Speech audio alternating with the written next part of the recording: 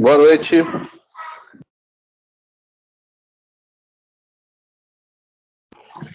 Vou esperar mais um bocadinho aí, o pessoal entrar e fazer uma revisão do que foi dado na primeira e na segunda aula e depois discutir um pouco sobre as aulas atividades lá. Vamos dar mais 5 minutos aí.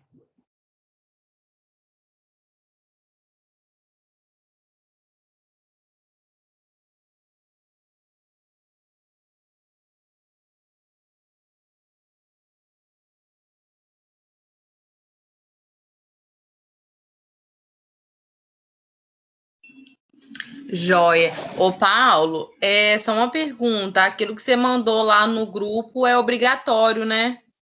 Para todos os alunos. O que você está falando? De A desafio do nota máxima? Isso. É obrigatório para todos os alunos. Não, joia. Você chegou a ler o manual? Eu comecei a ler, mas não terminei não. Amanhã cedo eu vou pegar para poder ler. Não, beleza, é porque lá tem tudo. Não, eu li o que você mandou, né? Um compilado, eu fiz um compilado do manual, mas no manual tem tudo explicadinho melhor, entendeu? Porque não, amanhã eu vou ver certinho. Eu também não sei muito bem como é que é, não, porque é a primeira vez que está tendo para a galera. Mas todo mundo da faculdade vai fazer. Não, joia. Amanhã eu vou ver certinho. Obrigada. Valeu.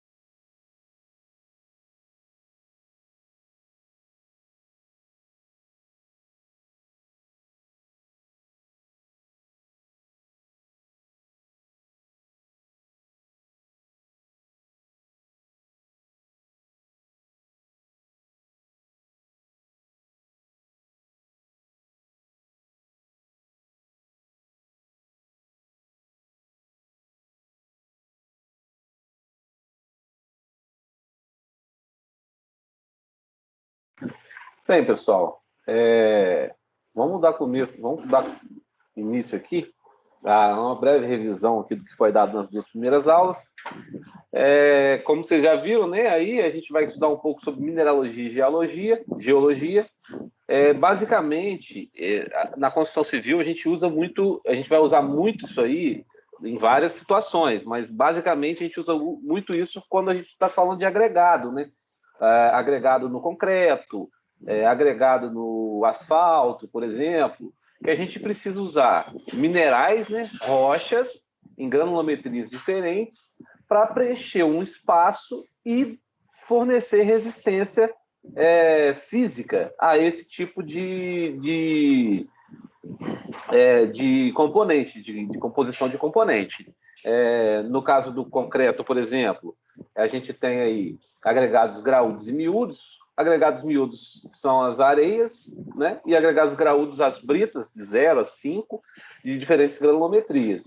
Então, assim, é importante em outras áreas também, lógico, que a gente usa minerais também para a produção de outras coisas, né?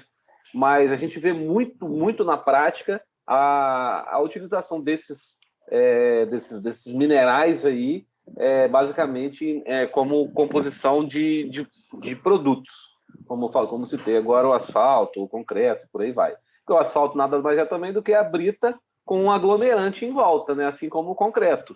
O concreto ele tem a brita, a areia e um aglomerante para juntar isso tudo e transformar num bloco único. Então, inicia-se falando sobre a formação do planeta Terra, não vou me prender a isso, as camadas da Terra, crosta, manto e núcleo, cada uma delas possui uma característica diferente e composições diferentes. É interessante saber. O núcleo ocupa 16% do volume total, o interno é sólido e o externo é líquido. A densidade é entre 10 e 13 gramas por centímetro cúbico, composição ferro e níquel, em menor quantidade o níquel, e a extensão tem 3.480 quilômetros. O manto, então a gente tem o núcleo, né? O manto, que é dividido em inferior e superior, que tem 83% do volume, a densidade entre 3,3 e 5,7 gramas por centímetro cúbico, composição ferro e magnésio. E a crosta, que é onde a gente, basicamente, onde a gente vive, né? Temos a crosta continental, que é o continente mesmo, ela é mais espessa do que a crosta oceânica, tem de 20 a 90 quilômetros, a continental de extensão, e a densidade média é de 2,7 gramas por centímetro cúbico, constituído por sílica e alumínio. Essa crosta aí, a gente já começa a chegar nas densidades, vamos dizer, padrões, assim, de elementos que a gente encontra aí, por exemplo, granito, mármore, as rochas, essas rochas que a gente está mais acostumado, basalto, elas possuem uma densidade nessa faixa, entre 2 e 3 gramas por centímetro cúbico. Gramas por centímetro cúbico, se a gente converter, a gente vai ter tonelada por metro cúbico. Então, a gente já vai chegando próximo ao que é. E a crosta oceânica, ela é mais delgada, né? Porque ela está basicamente em lugares no fundo do mar mesmo, tem de 5 a 10 quilômetros, e a densidade de 3 gramas por centímetro cúbico, constituído por sílica e magnésio. As duas juntas formam a litosfera. Tectônica de placas é como que funciona as placas. Se vocês quiserem parar aí qualquer coisa, só avisarem. As placas tectônicas, né? Como que a teoria é que a gente está sobre placas. Cada continente aí, cada região, ela está sob algumas placas, e os lugares onde tem onde está no encontro dessas placas são locais que sofrem muito com abalos sísmicos, com vulcões. Tem até lá o anel de fogo lá no Japão, lá, que é um lugar que tem muito vulcão, porque justamente está no encontro de duas placas. E a gente pensando, por que acontece essa movimentação? A gente viu que a gente tem a parte de baixa, que ela é líquida, né? Na verdade, ela não é líquida, é pastosa. E em cima a gente tem uma camada que é sólida. Então a gente tem uma camada sólida que está sobre uma camada que não é sólida. Por isso que existe essa congruência. E às vezes você tem encontro de placas, são basicamente três movimentos. Ó. Quando as placas deslizam uma em relação à outra, quando elas se afastam e quando elas se encontram umas com as outras. No encontro, costuma-se gerar as cordilheiras, né? Cordilheira dos Andes é uma que é de encontro, e quando elas se afastam, costuma as ocorrências de vulcões, esse tipo de coisa.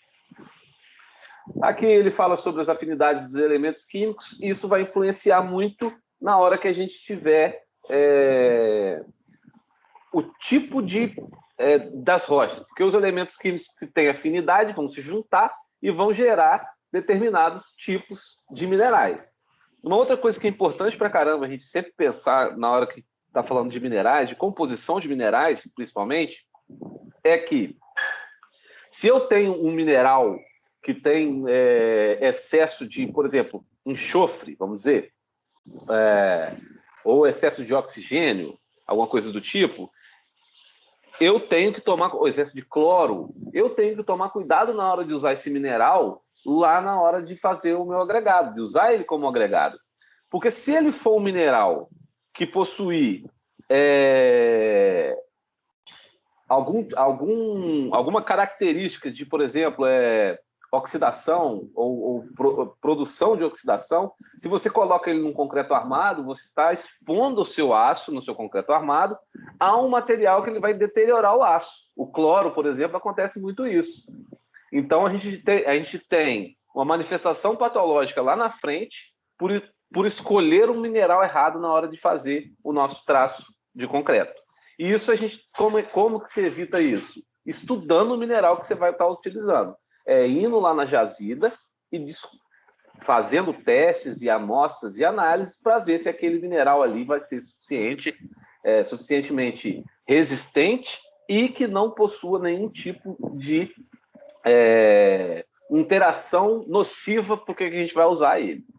Então, esse caso do concreto é clássico. Se usar um mineral como agregado que você tenha cloro, você vai ter problema depois com o aço do seu concreto armado.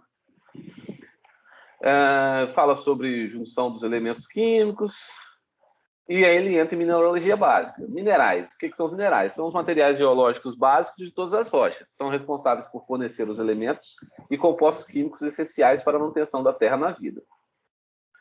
Os minerais são definidos como uma substância de ocorrência natural, sólida, cristalina e geralmente inorgânica, e possuem composição química específica. Formados pela união de elementos químicos por meio de ligações químicas. Então, os minerais, eles vão... ele está lá, ele é chamado de mineral, assim, ele é denominado mineral desde o cristal até quando ele já se forma uma liga, né, vamos dizer assim. Então, a combinação dos elementos químicos e a forma como se ligam confere aos minerais suas propriedades químicas e físicas. Muito, muito, muito importantes e muito estudadas. Tanto propriedades químicas, conforme eu falei agora há pouco, de interações nocivas, quanto propriedades físicas, que aí a gente vai ter resistência. Basicamente, vamos falar de resistência. Então, se a gente precisa, por exemplo, vou voltar ao exemplo do concreto. Se a gente precisa, por que a gente precisa da brita? A gente precisa da brita para ela conceder resistência ao nosso concreto. Então, se a gente coloca lá uma brita que possui uma resistência à compressão, ao choque, menor do que a gente precisa, e a gente expõe esse concreto a esse esforço, a brita vai quebrar lá dentro e vai quebrar o concreto também. Então, é muito importante isso aí. Isso a gente vê muito, e é muito criterioso, na hora que a gente vai fazer estradas. Eles vão estudar estradas de rodagem. Então, quando a gente vai fazer estrada, a gente tem... Quando a gente fala em pavimento, a gente tem a camada superficial, que é o asfalto, né? Que seria a camada de rolamento ou o concreto, né? Hoje muito utilizado. Mas abaixo dessa camada, a gente tem que ter as camadas de suporte, principalmente no asfalto, do suporte de cargas, porque o revestimento não suporta carga. Quem suporta carga de carregamento em um pavimento de asfalto, que é chamado pavimento flexível, são as camadas subjacentes. Seria tipo, a subbase, a base, a subbase. E muitas das vezes essas camadas são, maioria das vezes, essas camadas são granulares, que é justamente feitas de britas. Então, é muito importante e é um critério, o DENIT tem as normas que estabelece, o IPR, o Instituto de Pesquisas Rodoviárias, estabelece uma faixa que você precisa testar o seu agregado e ele precisa passar por esse teste para você usar aquela jazida. Então, essa aí é uma propriedade física. E propriedades químicas, conforme eu falei, você não tem nada que possa gerar uma reação química nociva para o que você está produzindo, o que você está usando o seu agregado, o seu mineral, a sua rocha e por aí vai. Então, as forças ligantes que unem os átomos dos minerais são fundamentalmente de natureza elétrica, pois são formados pela equalização de cargas positivas e negativas. Química relativamente básica, esse conceito é química básica, né? Como propriedade dos minerais, a gente tem propriedades com interação com a luz. Essa propriedade a gente vê pouco na engenharia civil, pelo menos eu, na minha prática, vi pouco, que é o brilho, que vai ser referente à aparência do mineral quando submetido à incidência de luz, cor refere-se à tonalidade demonstrada pelo mineral quando a luz reflete nele ou incide nele. E traço, que é quando você pega o mineral e você traz, é como se você estivesse riscando uma superfície de porcelana branca com esse mineral, e qual é a cor do traço que ele vai deixar. Importante as propriedades de interação com a luz é o quê? É que por essas propriedades você consegue classificar o seu mineral. Você torna-se mais fácil vamos dizer, numa classificação subjetiva, vamos dizer, ou numa classificação empírica, que você não tem a utilização de laboratórios, você pode usar isso aqui, então você consegue chegar próximo do que aquele mineral do que ele é composto. Propriedades mecânicas é a clivagem, que é caracterizada como a tendência dos minerais de se romperem em planos paralelos, que ocorre porque diversos minerais possuem zonas de fraqueza diferente da fratura. O que é clivagem? Clivagem é quando você tem... Deixa eu só abrir o pente aqui e fazer um desenho tosco aqui para vocês.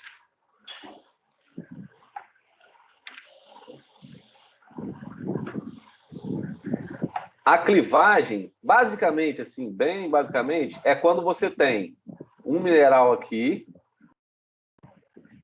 você tem uma zona entre um e outro mineral aqui, ó. Opa!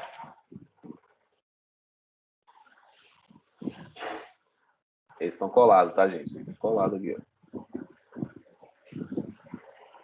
Que é uma zona de fraqueza. E aqui você tem a continuidade do... Vou até botar vermelho mesmo. Você tem a continuidade do mineral.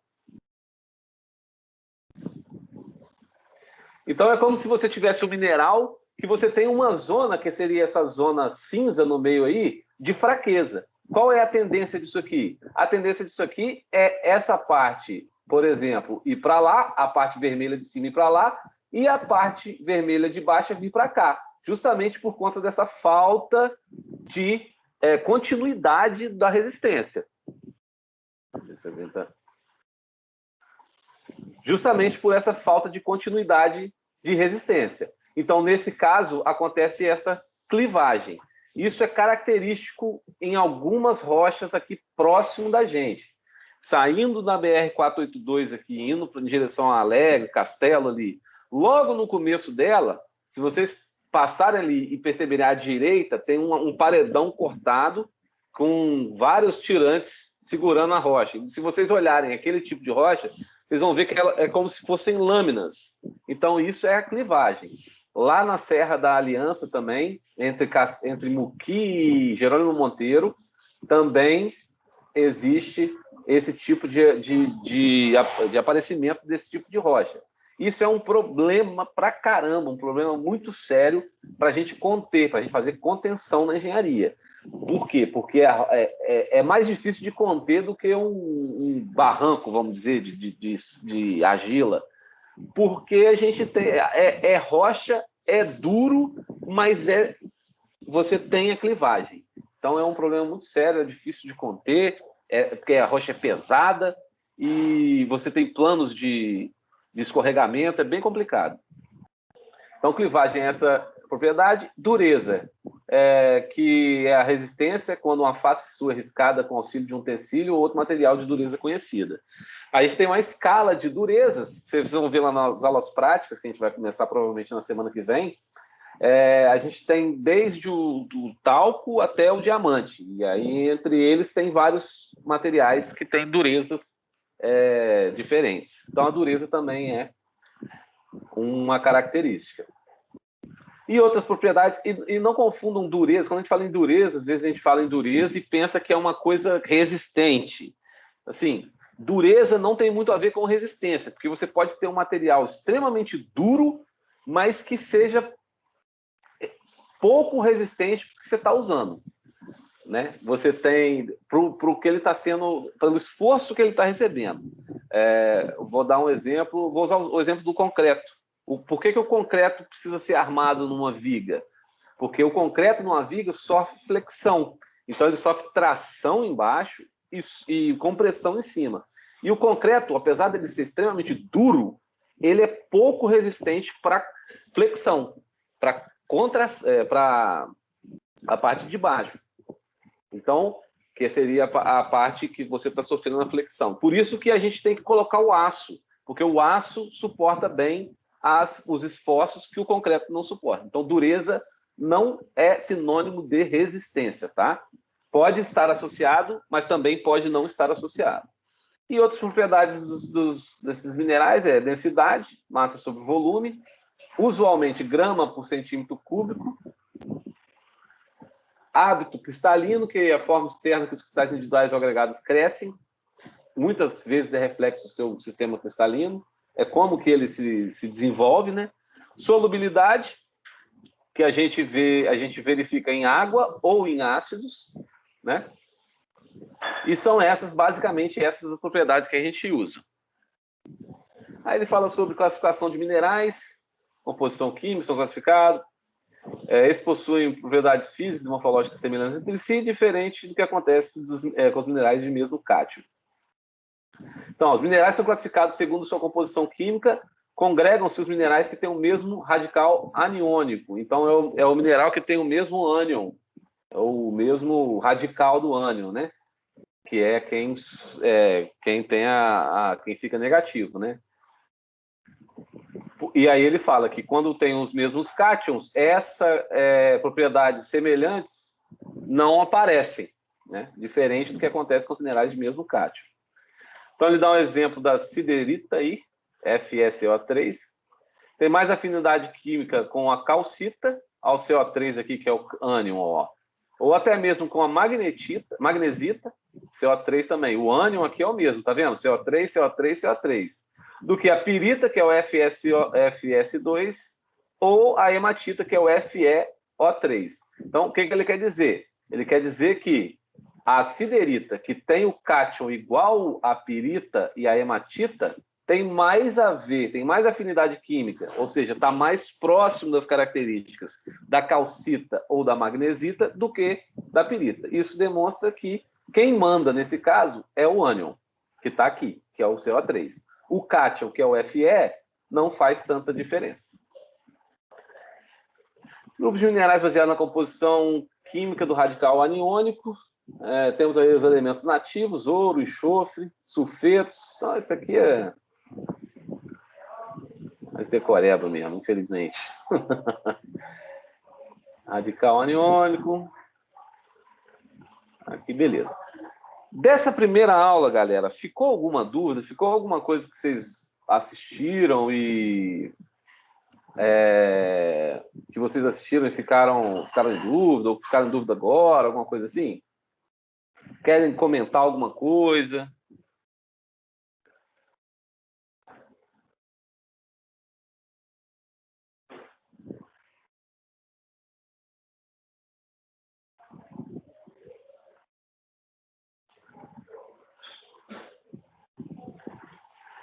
E aí, já que ninguém se expressa aqui, ninguém fala nada, por que é importante estudar geologia? Porque a geologia é que vai mostrar para a gente qual é a formação das rochas que a gente vai usar posteriormente na nossa vida profissional. Então, por isso que é muito importante a gente estudar geologia. Qualquer coisa aí, igual o Lucas está falando que o microfone está com defeito, se quiser falar alguma coisa, Lucas, usa lá o grupo lá, beleza? Então, aqui, nessa aula atividade que eu pedi para vocês, é ler isso aqui e a gente pensar, ó, que ele fala aqui, organizar assim, debater sobre aplicações da geologia na engenharia civil. Então, o que eu achei interessante aqui, bem interessante aqui, são essas 6 considerações que eu vou ler para vocês. Ó.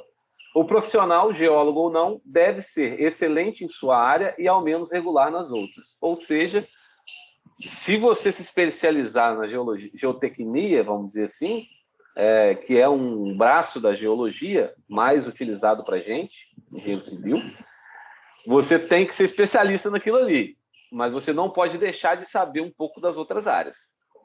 Algumas obras, principalmente as que remetem escavações, são muito dinâmicas, e desta forma, quando achar que conhece sua obra, duvide. Sempre Sempre... Deixa eu só responder aqui.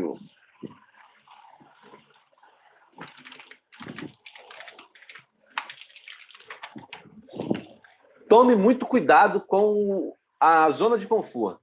Você está numa obra, você está ali, já tem 2, 3, 6, 10 meses naquela obra. Principalmente, assim, muito difícil você vai ter uma obra que está mexendo com escavação durante esse tempo todo, mas em um único lugar, obviamente. De uma estrada, você tem grandes... Só que aí você vai mudar muito de lugar, então você sempre vai estar atento. Mas se você ficou muito tempo em um local só, principalmente quando se trata de escavação, de movimentação de material, tem que tomar muito cuidado. Está chovendo, se o terreno está encharcado, se está seco demais. Então, tem que ficar ligado e nunca achar que você conhece 100% daquilo ali. Sempre ficar com a pulga atrás da orelha.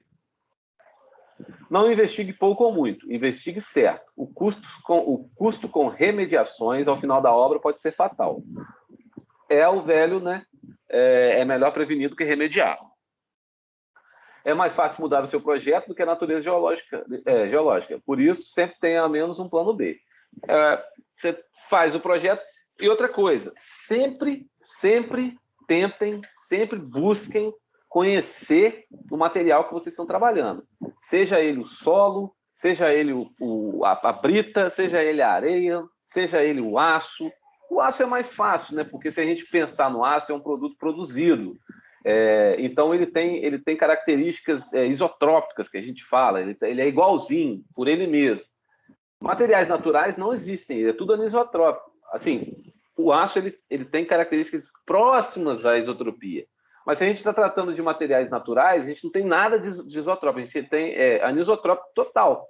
Então, você sempre tem que estudar o que você está mexendo, de onde você está trabalhando. Então, se você for fazer uma fundação, faça o teste, faça sondagens, SPT, a percussão.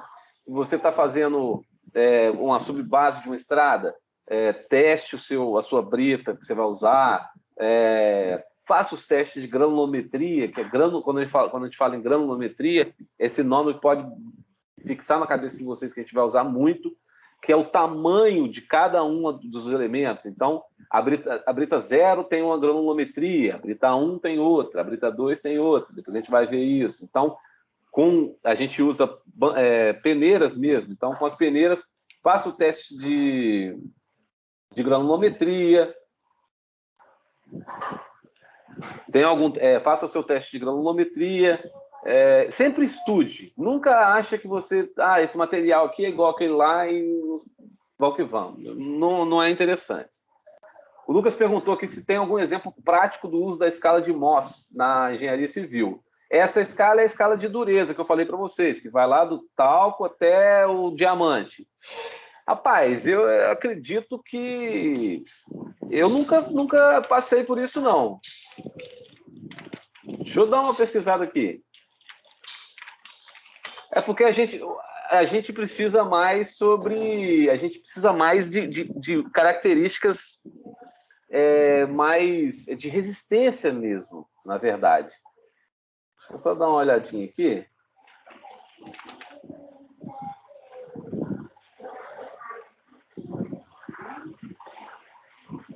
Se eu acho alguma coisa falando aqui em algum artigo.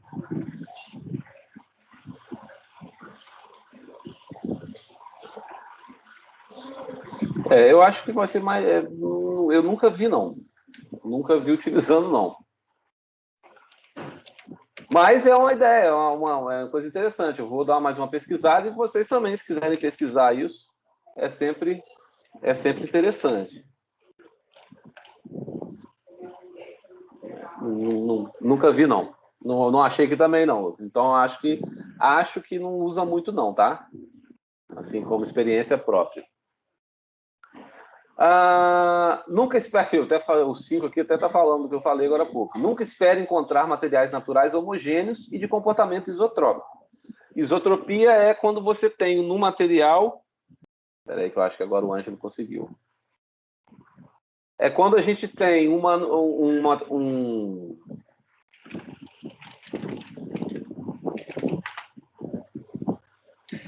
o tratamento...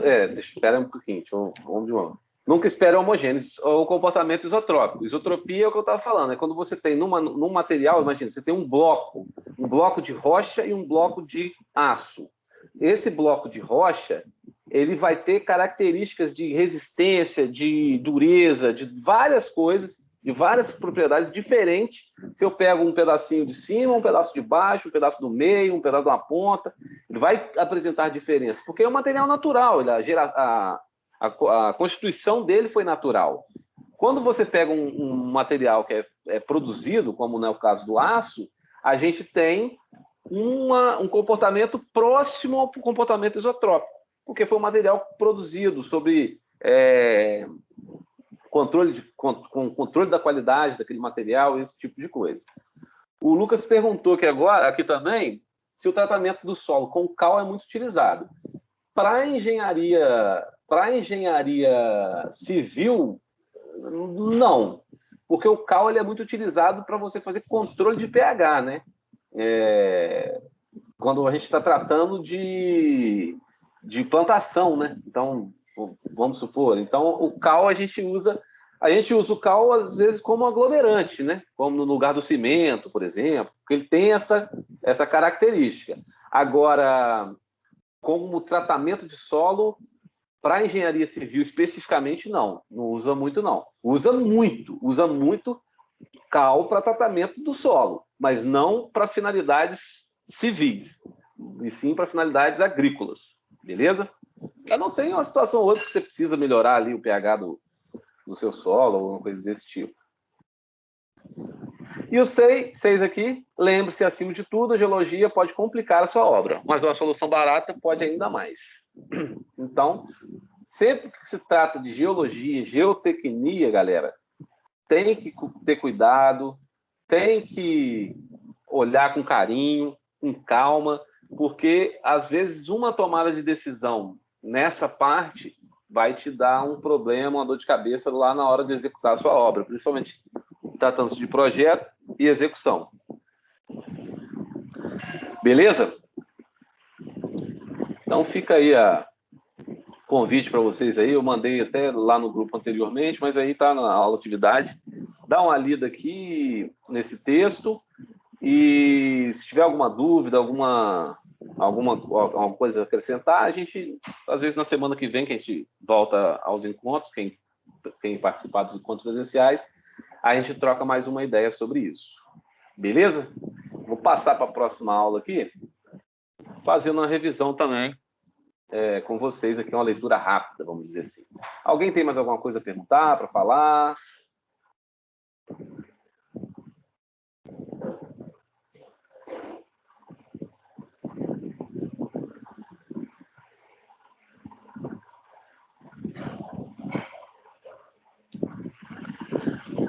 Então, na aula 2 aqui, ele já começa falando de uma coisa muito importante, que é que o planeta Terra está sempre em transformação. Igual a gente viu ali atrás, agora há pouco, falando sobre movimentação, teoria de movimentação de placas tectônicas. Então, mesmo que seja uma coisa que, ao decorrer do tempo, seja uma coisa muito lenta, por exemplo, a movimentação de placas, uma hora isso vai gerar algum processo, alguma transformação abrupta, né? A erupção de um vulcão, um terremoto, que a gente tem a movimentação lenta, mas uma hora vai chocar, ou vai abrir as placas, ou vai cisalhar elas, e a gente vai ter consequências disso. Então, por meio do processo dinâmico, que envolve forças endógenas e exógenas, é que ocorre a formação, desgaste e metamorfismo das rochas. Essa parte é muito importante. Formação de rochas, desgastes dessas rochas, que a gente seria aí o processo de desgaste, né, que a gente vê aí muito, muito presente quando a gente faz quando a gente, por exemplo, vai fazer um corte num morro, né, que a gente vai fazer um talude no morro. Quando a gente faz, aqui em Cachoeira, a gente encontra muito. A gente encontra uma camada de argila, um barro, que é bem mole, vamos dizer assim, falando bem chulamente, é uma camada mole.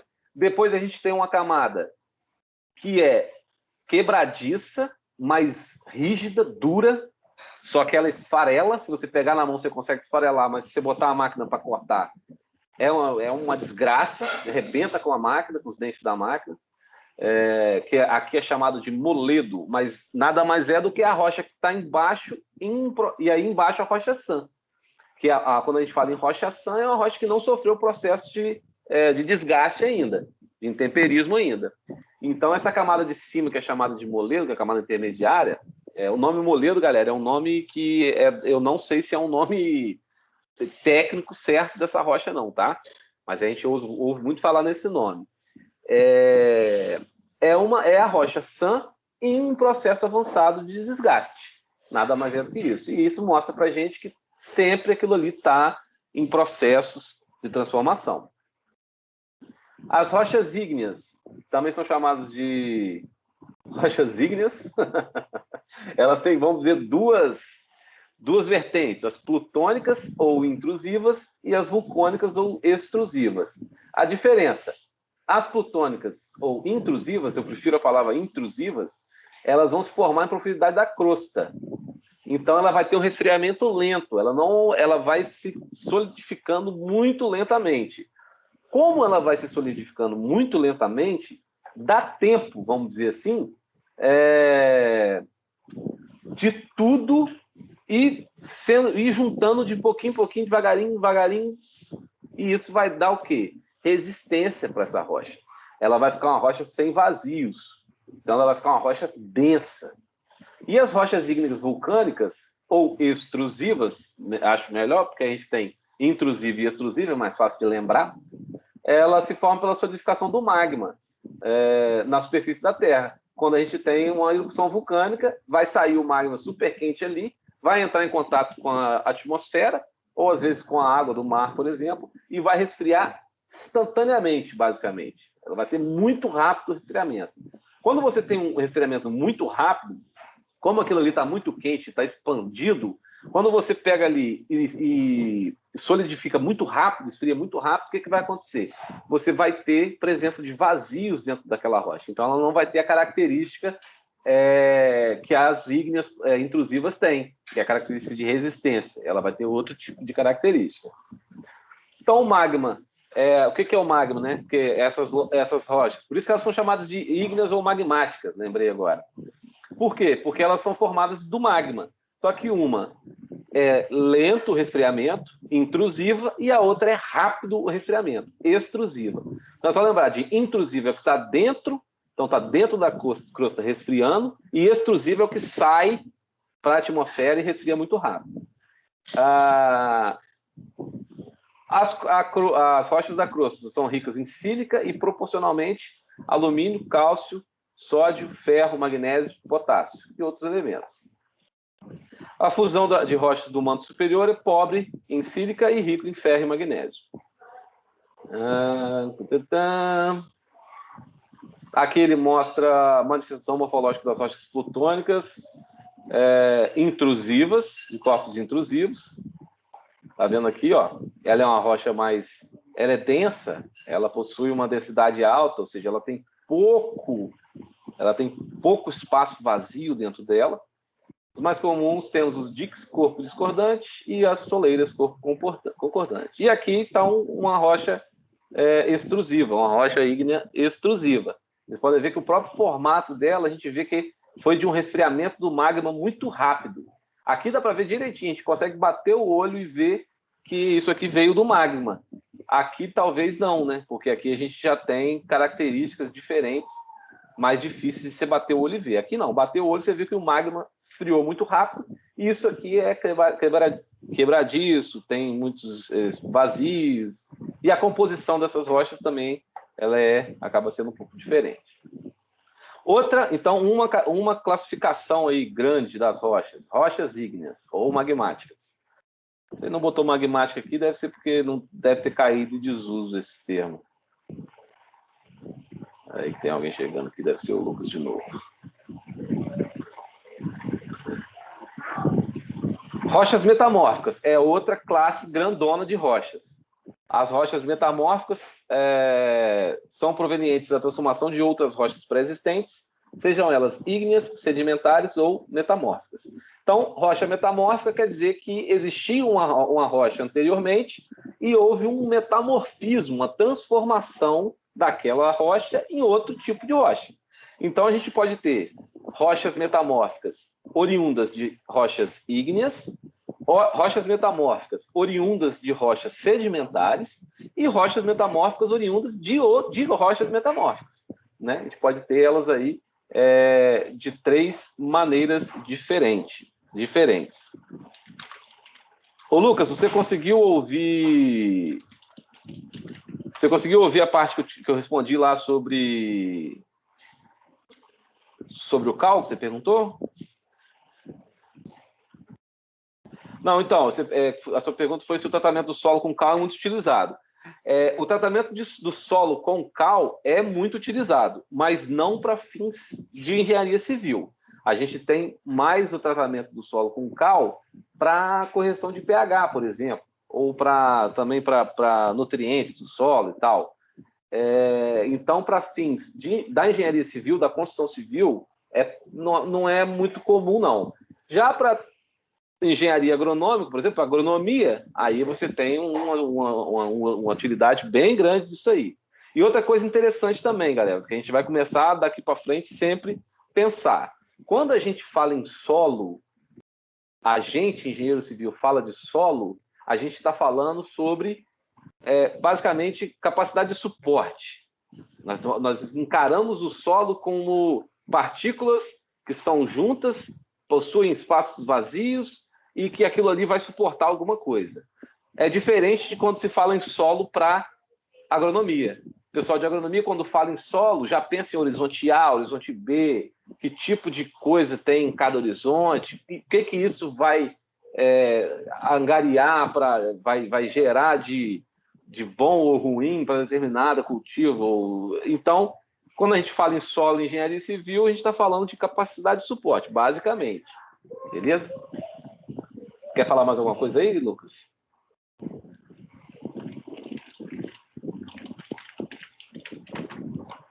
Aí quem está escrevendo ali.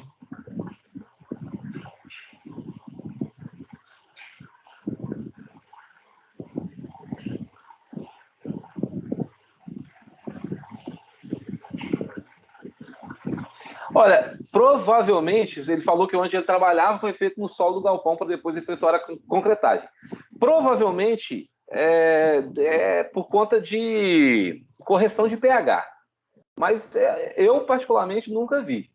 Você está falando aí, eu nunca passei por essa situação, não. O solo deveria ter características lá que precisava fazer uma correção do pH dele por conta da interação entre solo e concreto. Mas usualmente também a gente coloca uma lona por baixo do concreto, né? Que a gente acaba com isso. Quando a gente lona para concretar, a gente acaba isolando o concreto do solo, assim, e é uma coisa importante a ser feita. Por quê? Além de a gente estar isolando, o concreto não perde água para o solo. Basicamente isso, por isso que a gente lona embaixo. Mas lá, provavelmente, por alguma situação de pH, provavelmente isso, que talvez isso impactaria no concreto depois de pronto, em alguma coisa nociva ao concreto, o pessoal fez. Mas não é para suporte, nem nada disso, não. Tá? Existem algumas situações em que o cal é usado, mas aí ele está sendo usado como... Mas isso é mais visto quando a gente está tratando de pavimentação. Talvez lá possa ter sido isso também. Mas aí é mais o cal como aglomerante. Então, a gente vai, por exemplo, vai fazer a base de uma pavimentação, por exemplo. Quando a gente vai fazer a base, a gente pode estabilizar essa base de algumas formas. Uma das formas é estabilizar elas, a gente chama de estabilização granulométrica. Ou seja, a gente vai usar rochas, britas, de várias granulometrias diferentes. Para quê? Para que essas britas elas se encaixem umas nas outras e vai estabilizar aquilo ali fisicamente, por granulometria.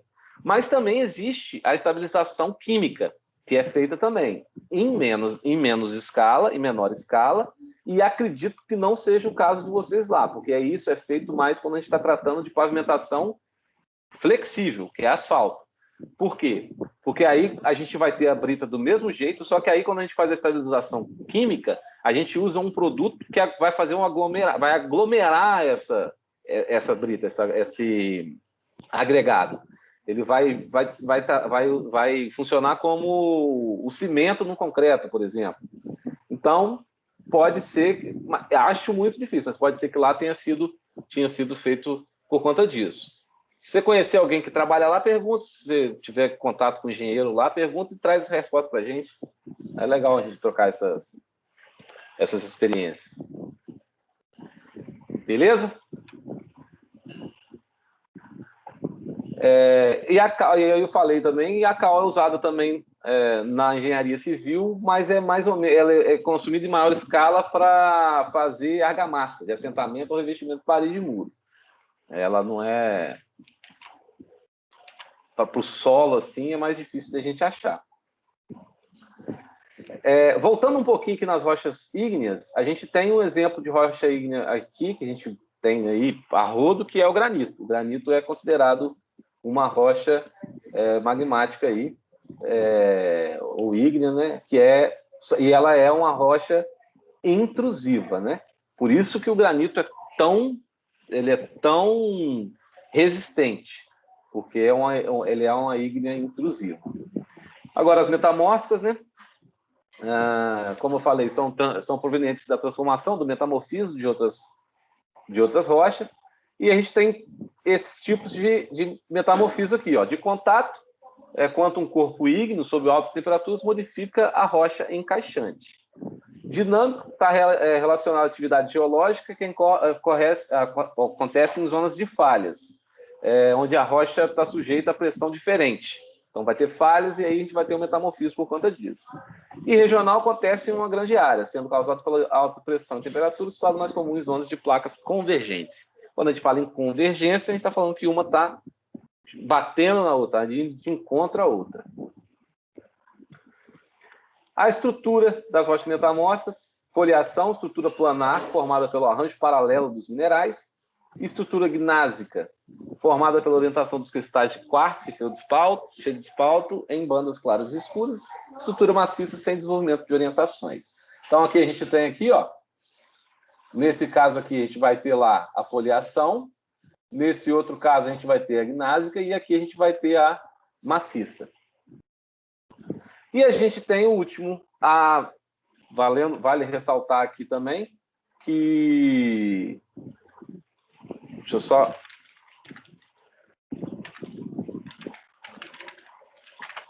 Que a nossa outra rocha ornamental aqui, também largamente utilizada aí, e também aqui muitos jazidos, e é um exemplo de rocha metamórfica, é o mármore.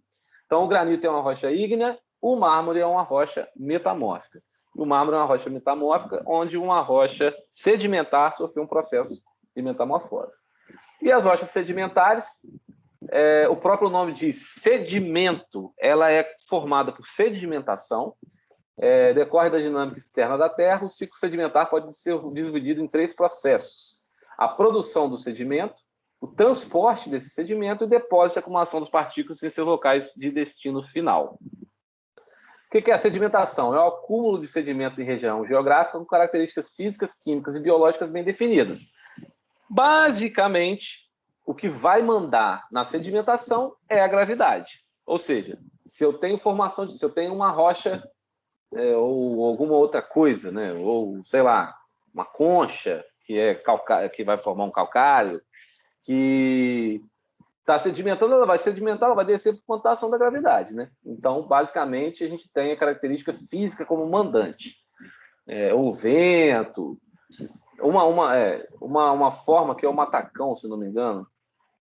O matacão, o que é o matacão? O matacão, ele é quando você tem uma rocha que se desprende em um pedaço grande, a volumetria grande mesmo, e isso rola para baixo e cai num lugar que ele não era o lugar dele. Ele é um sedimento grande,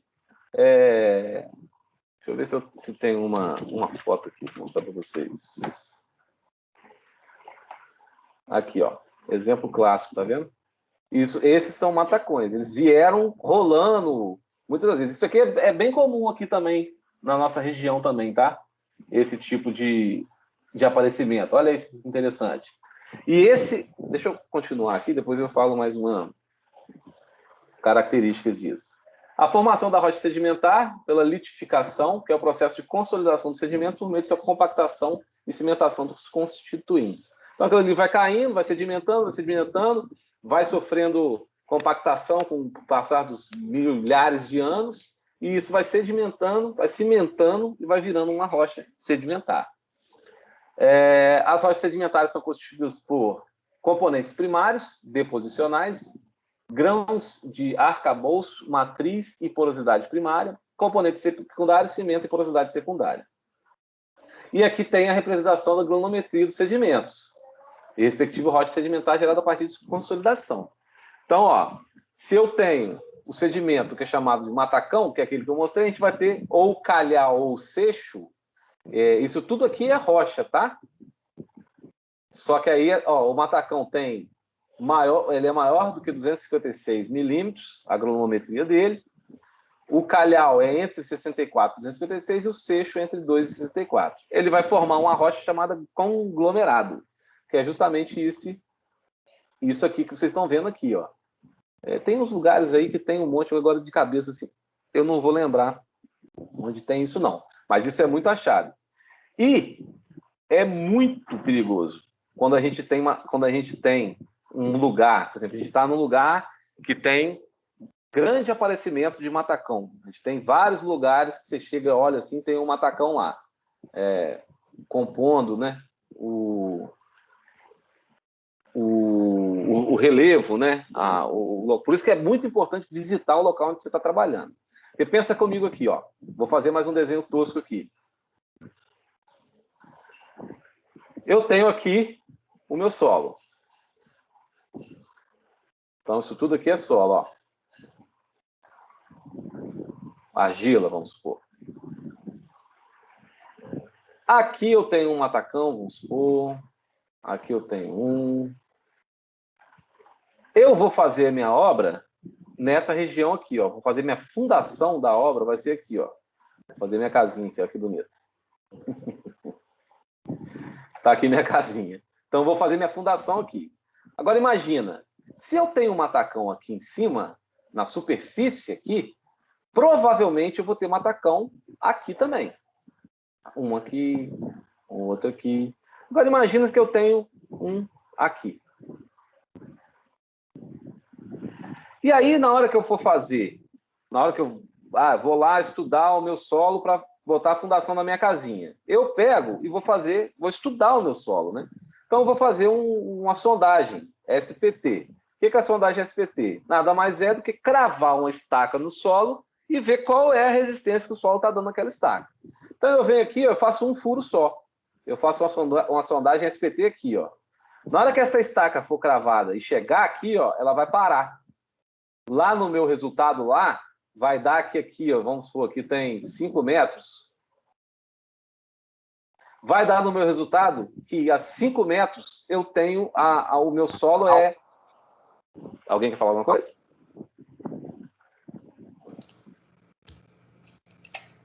O Rafael que entrou aí. Eu vou ter lá no meu laudo de sondagem que a 5 metros foi impenetrável o SPT. Ou seja, tá impenetrável. Quer dizer que aqui a rocha é muito sinistra. Só que imagina que isso aqui, ó, eu vou precisar fazer essa fundação para cá também. Se eu não sondar esse lado de cá, o que vai acontecer? Eu vou pensar que a 5 metros está impenetrável. Mas não. Está impenetrável cá embaixo, ó, 10 metros. Então, na hora de calcular a minha fundação, eu levo em consideração isso aqui e não isso aqui. Então, eu posso optar por uma fundação que vai dar errado, vai dar recalque diferencial. Quando uma fundação, uma sapata, por exemplo, recalca, abaixa e a outra não.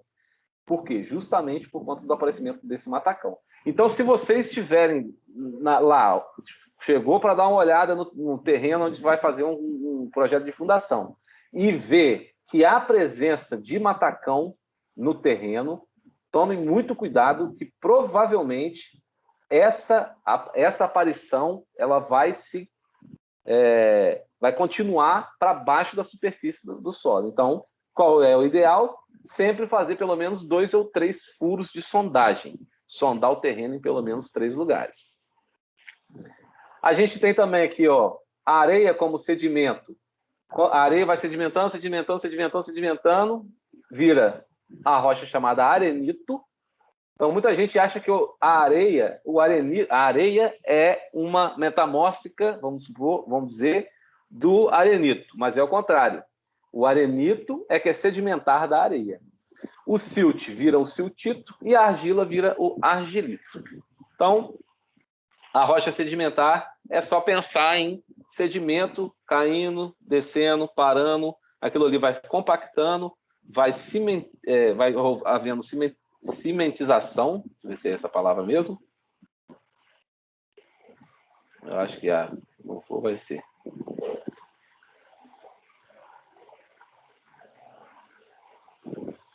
E aí vai solidificando, né, aquilo ali, vai juntando, vai aglomerando e vira uma nova rocha. Ele fala que ambientes de sedimentações podem ser continentais, costeiros ou marinhos.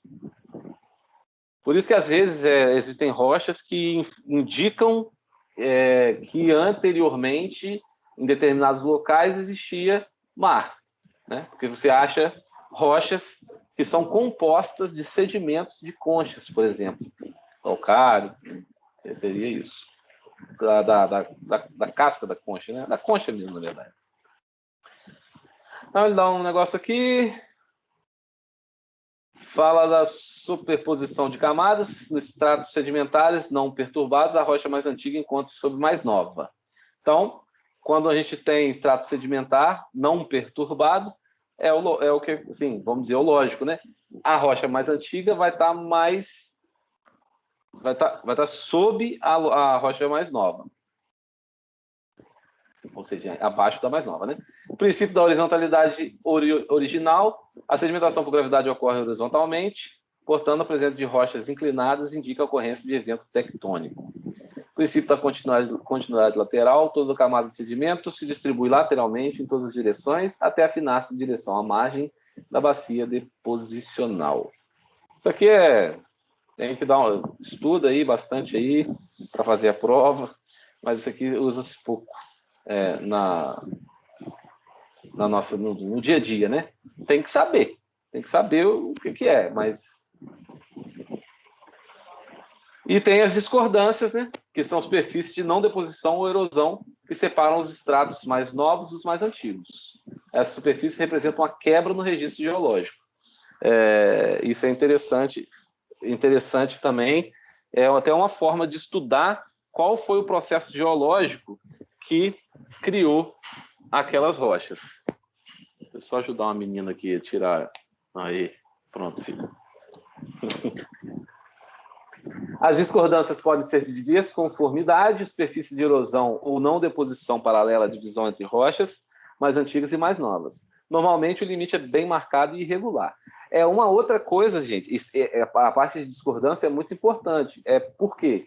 Porque quando você tem, lá no caso que eu estava falando para vocês, você vai fazer um corte no morro, vai fazer um talude. E aí você corta esse morro e vê que você tem uma rocha bem característica até uma determinada altura. Chega numa altura, você tem uma linha, como se fosse uma linha de divisória, e dali para cima é uma rocha diferente. Isso é uma discordância. É perigosíssimo. Por quê? Porque como isso existe pode ser desconformidade, pode ser discordância angular, depende do tipo. Não desconformidade. O que pode acontecer? Você pode ter um processo de cisalhamento dessa rocha. O que é cisalhamento? Basicamente é quando uma escorrega em cima da outra. E isso é um problema sério que tem que ficar muito ligado para a galera que vai trabalhar fazendo projetos de muro, de contenção de talude. É um indicativo de que você precisaria conter aquele talude ali com um muro ou com tirantes é um indício. Deixa eu ver se tem... Se tem uma... Ah, aqui um matacão aqui, mostrando aqui, ó. Tá vendo o que eu acabei de falar para vocês aqui, ó? O cara, se você tem um matacão, ele pode pensar que é assim, na verdade é assim. Quando ele for fazer o terreno aqui, ó, quando ele for fazer a fundação dele em cima aqui, ele está pensando que ele está em cima da rocha sã, mas ele está em cima do matacão. Já era. Vai dar recalque diferencial, vai trincar, vai correr risco de cair a estrutura. Muito perigoso. Cadê?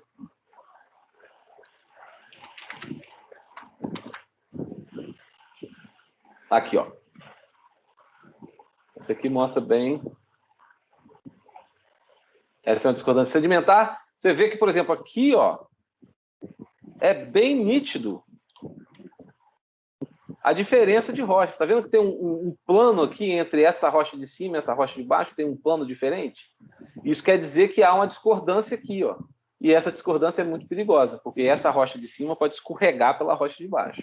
E aqui em cima a gente tem também aquela parte da clivagem que eu falei para vocês. Vocês notam que parecem lâminas, uma em cima da outra aqui em cima? Ó, ó, tá vendo como se fossem lâminas? É uma característica. Isso aí pode também gerar desplacamento, escorregamento de uma placa em cima da outra. Então, o que é importante para caramba na geologia é você estar atento que existem essas coisas para quando você chegar numa situação dessa, antes mesmo de fazer um estudo mais aprofundado, você consegue identificar que ali tem um ponto de problema, um ponto de atenção, que sua atenção tem que ser redobrada. Transformações impostas pelo tectonismo, compressão das rochas, quando as rochas se encurtam em direção do esforço aplicado, tensão. A compressão sempre está comprimindo, tensão, quando a gente está tensão, extensão, que tende a estirar-se paralelamente à direção do esforço. Então, você vai ter um esforço, ela vai estirar paralelamente a esse esforço. E o cisalhamento é quando você tem uma força, duas forças aplicadas em um corpo, uma rocha nesse caso, no mesmo sentido, mas em direção oposta, ou em faces distintas. Então você vai ter, é como se você tivesse no mesmo pedaço de, você vai estar, o esforço é para quebrar aquilo ali. Você está, deixa eu voltar aqui para o pente aqui, fica mais fácil.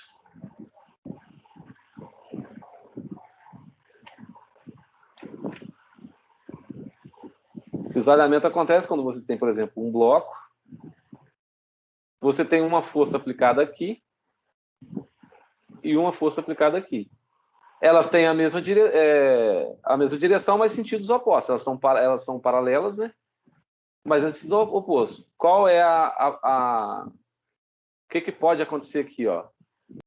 Você pode ter a parte de cima indo para lá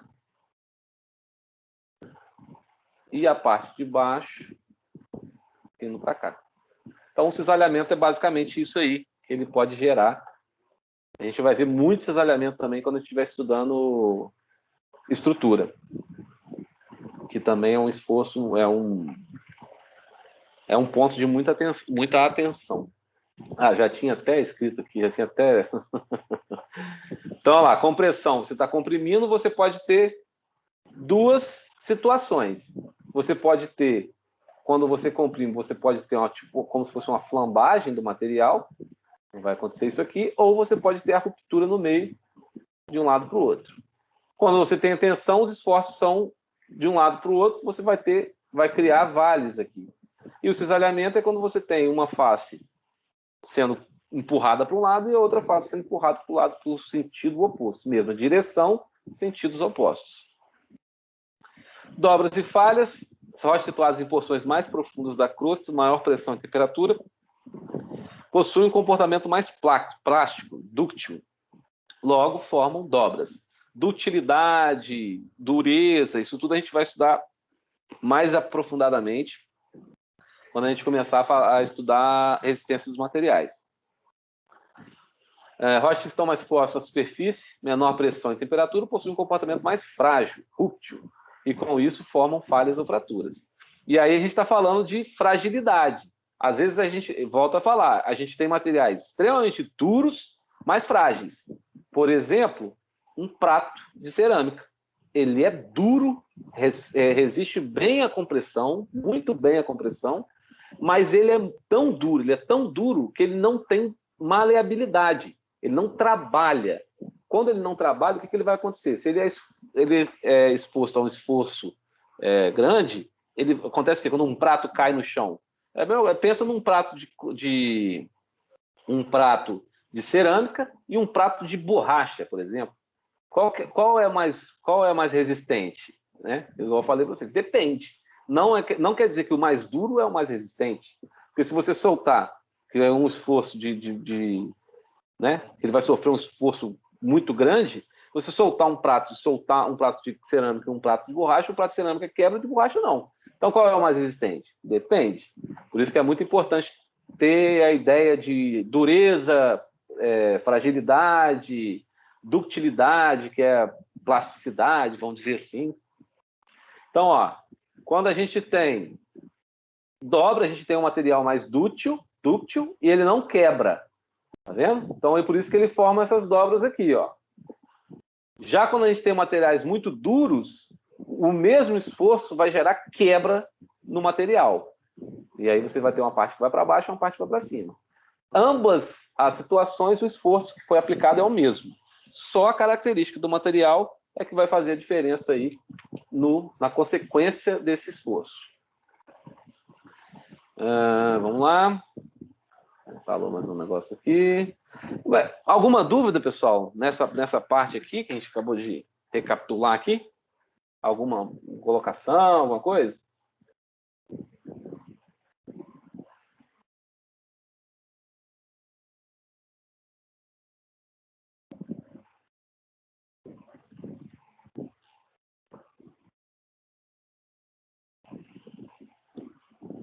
Vou abrir aqui a aula atividade 2. Essas aulas, atividades dessa disciplina que são mais complicadas a gente fazer assim, sentar na sala, né? Porque o interessante é vocês lerem isso aqui e a gente discutir. Nessa aqui é a mesma coisa daquela... abri no lugar errado. Vocês não estão vendo, não.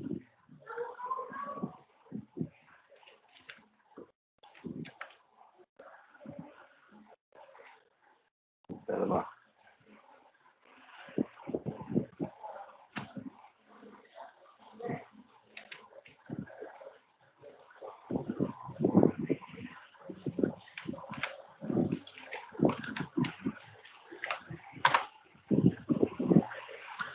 É a mesma situação, lê o texto, vai falar sobre o uso econômico das rochas, e é bem interessante ressaltar aqui, é uma coisa assim, vou dizer assim, meio óbvia, né? Mas às vezes nos escapa, que a gente está falando de matéria-prima natural, né? Então tem que usar com consciência.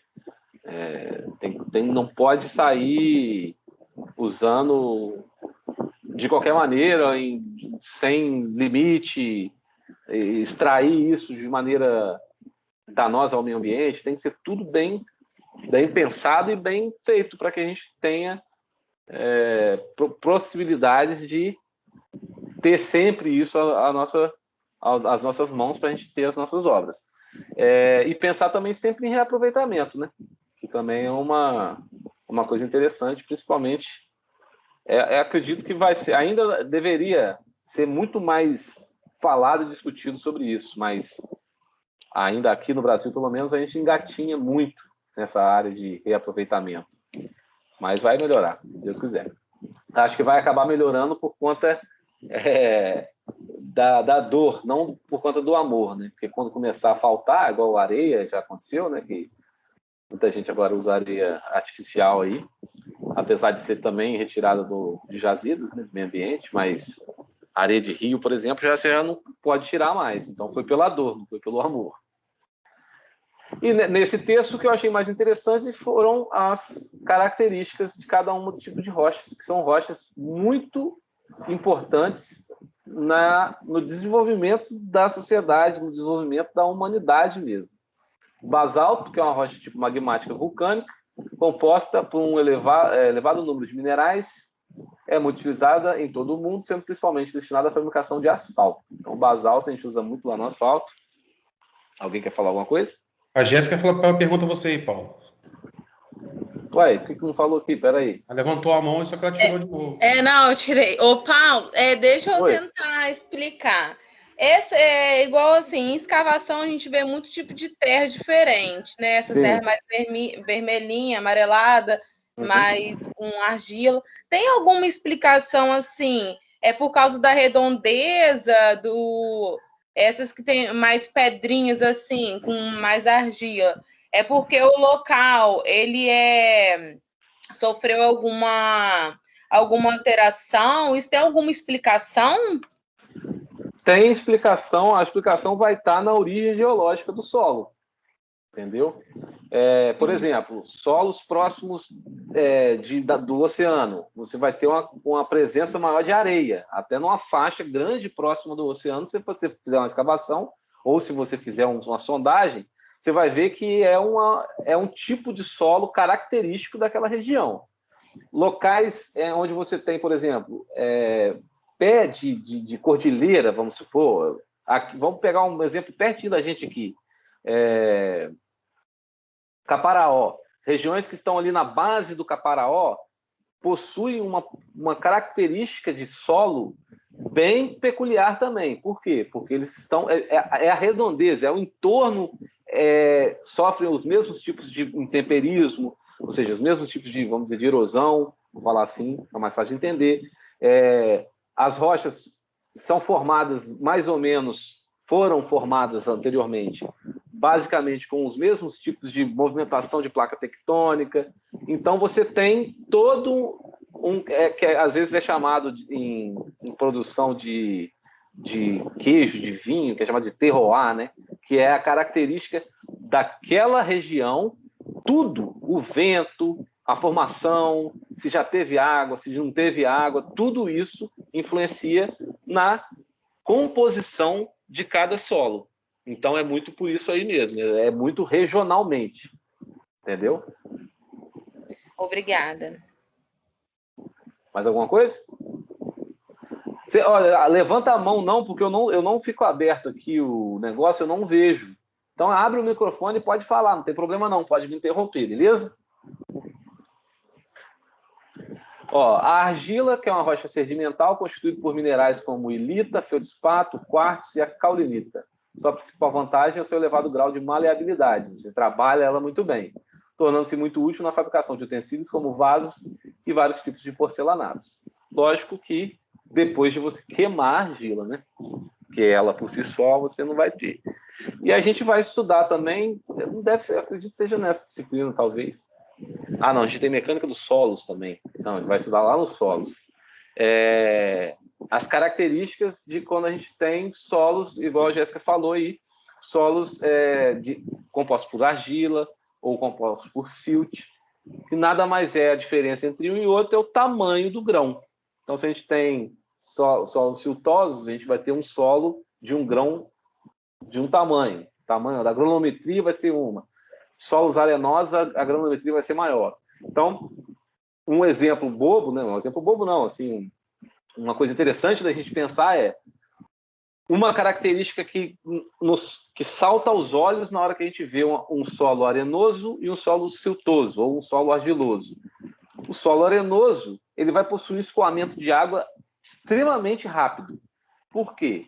Como os grãos são maiores, eles se encaixam menores entre eles. E você vai ter ali um número de vazios, muitos espaços vazios entre os grãos. Quando a gente trata de um solo siltoso, que tem um grão muito fininho, ele é tão fininho que ele gruda um no outro, você vai ter pouco espaço vazio. Então você vai ter um escoamento de água muito baixo, você tem uma percolação de água muito baixa. Então é muito interessante isso aí também. A ardósia é uma rocha metamórfica originada a partir do metamorfismo natural da argila, constituída de minerais como mica e a clorita. Sua formação em placas e sua estrutura física resistente fazem com que ela seja usada na construção civil, principalmente com pisos e revestimentos. O mármore é também uma rocha metamórfica, oriundo do metamorfismo do calcário, igual eu falei para vocês. Ó. Por isso que uma das composições maiores do mármore é justamente o carbonato de cálcio. É composto por minerais como calcita e dolomita. Ele é muito utilizado em ornamentações. O mármore ele tem uma resistência menor do que o granito, tá? O granito, por sua vez, é uma rocha magmática plutônica, composto basicamente por quartzo, mica e feldspato. Essa composição dele aqui, quartzo, mica e feldspato, vocês podem ver aqui que o quartzo está tanto no basalto quanto no granito. É o que dá a tonalidade mais escura ao granito e também ao basalto, né? Essa composição aí de quartzo, né? É menos delicado que o mármore, sendo ao mesmo tempo uma rocha muito dura e facilmente talhável, o que a torna útil em construções e formações em blocos.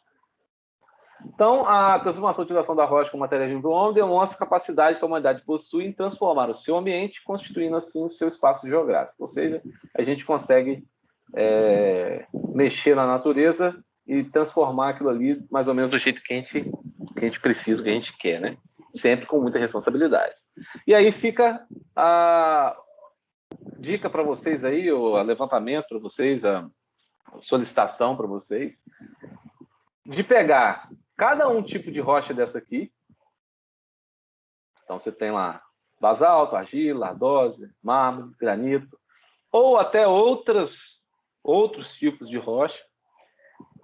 Descobrir a origem, uma aplicação e qual é o estado. Se é natural, se é sintético, ou alguma coisa desse tipo. Beleza? Alguma dúvida, galera?